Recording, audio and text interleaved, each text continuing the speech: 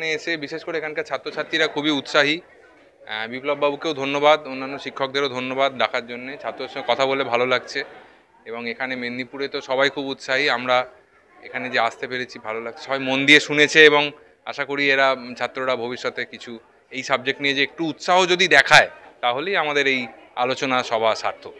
অনেক রকম, শুধু যে মানে আমাদের এমএসসি পিএইচডি করব তা না, যারা বিটেক ইঞ্জিনিয়ার, যেমন আমি বললাম আমার লেকচারেও, যারা বিটেক ইঞ্জিনিয়ার, যারা বিই ইঞ্জিনিয়ার তারাও সাবজেক্টে যেতে পারবে। ইসরোতে প্রচুর ইঞ্জিনিয়াররা আসে।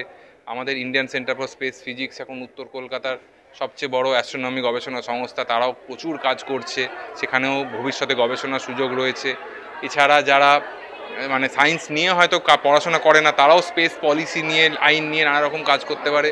এবং গত 10 বছরে 15 বছরে যেভাবে স্পেস সায়েন্সে ইন্ডিয়ায় জোয়ার এসেছে, সেটার সেই সুযোগে এখন একটা খুব উপযুক্ত সময় ছাত্রদের এই সাবজেক্টটাকে, স্পেস সায়েন্স, অ্যাস্ট্রোনমি, অ্যাস্ট্রোফিজিক্সটাকে কেরিয়ার হিসেবে নেওয়ার খুব বড় হচ্ছে। এবং সেই জন্যই আলোচনাগুলো, সেটা যদি সেই দিকে একটু এগোতে পারে ছাত্রছাত্রীরা, সেই জন্যেই তখন এবং সেইভাবে ভাবলেই এটা কি বলে সেটা তখন সার্থক হবে আমাদের এই আলোচনা সভাগুলো। শুধু ছাত্রছাত্রীদেরকেই বিশেষ করে দিতে চাইবো যে তারা যে বিজ্ঞানের বইটা ভালোভাবে পড়ছে, যে ফিজিক্স, কেমিস্ট্রি, ম্যাথামেটিক্স, যে বইটা যেভাবে মন দিয়ে পড়ছে, এর মধ্যেই কিন্তু মহাকাশে ভবিষ্যতে মহাকাশ বিজ্ঞানী বা মহাকাশচারী হওয়ার বীজগুলো লুকিয়ে আছে। সুতরাং ছাত্রছাত্রীরা এখন যদি যে পাঠ্যপুস্তকে যে ফর্মুলাগুলো, যে ফিজিক্সের যে কনসেপ্টগুলো, ম্যাথামেটিক্স, এগুলো যদি পড়ে, মন দিয়ে সেগুলোকে ভালোবেসে যদি পড়ে, শুধু নাম্বার পাওয়ার মোহে নয়, ভালোবেসে যদি পড়ে, তার মধ্যেই মহাকাশ, প্রত্যেকের মধ্যে মহাকাশচারী যারা এখন অ্যাস্ট্রোনট হয়েছেন, যারা গেছেন, তারা আমাদের মতোই সাধারণ কেউ না কেউ ছিলেন। সুতরাং এখন যদি তারা সেইটা মন দিয়ে পড়ে, আর এক সময় তারা ঠিক সেইভাবে ভালোবেসে পড়তে হবে। এটা আমি বলবো যে শুধু নাম্বার পাওয়ার জন্য এবং লেটার মার্কস পাওয়ার জন্য পড়লে অ্যাস্ট্রোনমি হওয়া যাবে না, একটু ভালোবেসে পড়লে নিশ্চয়ই হওয়া যাবে। এবং নতুন সত্যি করে এখন দেশের সরকার বা বিভিন্ন এরা এই দিকে টাকা পয়সা আসছে, সুযোগ আসছে, সেটাকে কাজে লাগাতে পারলে ভবিষ্যৎ উজ্জ্বল বলে আমি মনে করি। আমার নাম ডক্টর তমাল বসাক, আমি ইন্ডিয়ান সেন্টার ফর স্পেস ফিজিক্সের অ্যাসিস্ট্যান্ট প্রফেসর। আমরা 3 দিন ছিলাম ওখানে। তো আমি একা তৈরি করিনি, আমাদের গ্রুপের 12 জন ছিল। ওখানে যারা বিজ্ঞানীরা ছিলেন বা যারা আমাদের সাহায্য করেছেন স্যারেরা, ওনাদের সাহায্যে আমরা তৈরি করেছি। 3 দিন মোটামুটি সময় লেগেছিল। লাস্ট দিন আমাদের সন্ধেবেলা করে তৈরি হয়ে গেছিলো, আমরা রাতের বেলা স্কাই দেখছিলাম, ওটাতে চাঁদ রাতও দেখা হয়েছে আমাদের। এই বিষয়ে আমাদের দেখুন মহাকাশ বিষয়ে একটা উৎসাহ আছে, এই বিষয়ে আমাদের এই উৎসাহটা আরও জাগরিত হলো।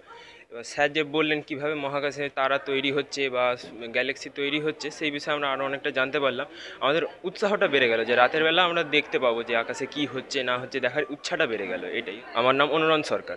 আজকে 11ই ডিসেম্বর আমাদের কোলা ইউনিয়ন উচ্চ বিদ্যালয়ের একটা অভিনব উদ্যোগ, যে আমরা ইন্ডিয়ান সেন্টার ফর স্পেস ফিজিক্সের অ্যাসিস্ট্যান্ট প্রফেসর ডক্টর তমাল বসাককে আমরা এই বিদ্যালয়ে আনতে পেরেছি। এটা একটা স্পেস সায়েন্সের উপর একটা সেমিনার। মহাকাশ বিজ্ঞান বর্তমানে ভারতবর্ষ একটা উজ্জ্বল জায়গায় পৌঁছেছে। আমাদের কোলা ইউনিয়ন একটি প্রাচীনতম এখানের বিদ্যালয় এবং অনেক ছাত্রছাত্রী সারা ভারতবর্ষের বিভিন্ন বিজ্ঞানের সহায়তায় কাজ করছে। ফলে তাদের ভবিষ্যতের যে ছেলেমেয়েরা তাতে যাতে মহাকাশ বিজ্ঞানে উৎসাহিত হয়, তার জন্য আমাদের এই উদ্যোগ এবং এই সেমিনার আপনারা জানেন, কিছুদিন আগে আমরা একটা এক্সপোজার ভিজিটে গেছিলাম সমগ্র শিক্ষা মিশনের অধীনে, এবং সেইখানে সীতাপুরে গিয়েছিলাম। সেখানেই আমাদের এই ইন্ডিয়ান সেন্টার ফর স্পেস ফিজিক্সের সঙ্গে আমাদের গাঁটছড়া বাঁধা, এবং আমরা পরবর্তীকালে ওনাদের সঙ্গে নিয়মিত যোগাযোগ রেখে আমাদের বিদ্যালয়ের ছাত্রছাত্রীরা যাতে মহাকাশ বিজ্ঞানের উজ্জ্বল জায়গায় পৌঁছতে পারে, তার সূত্র আজকে আমরা নির্মাণ করলাম। বিপ্লব ভট্টাচার্য, প্রধান শিক্ষক, কোলা ইউনিয়ন উচ্চ বিদ্যালয়।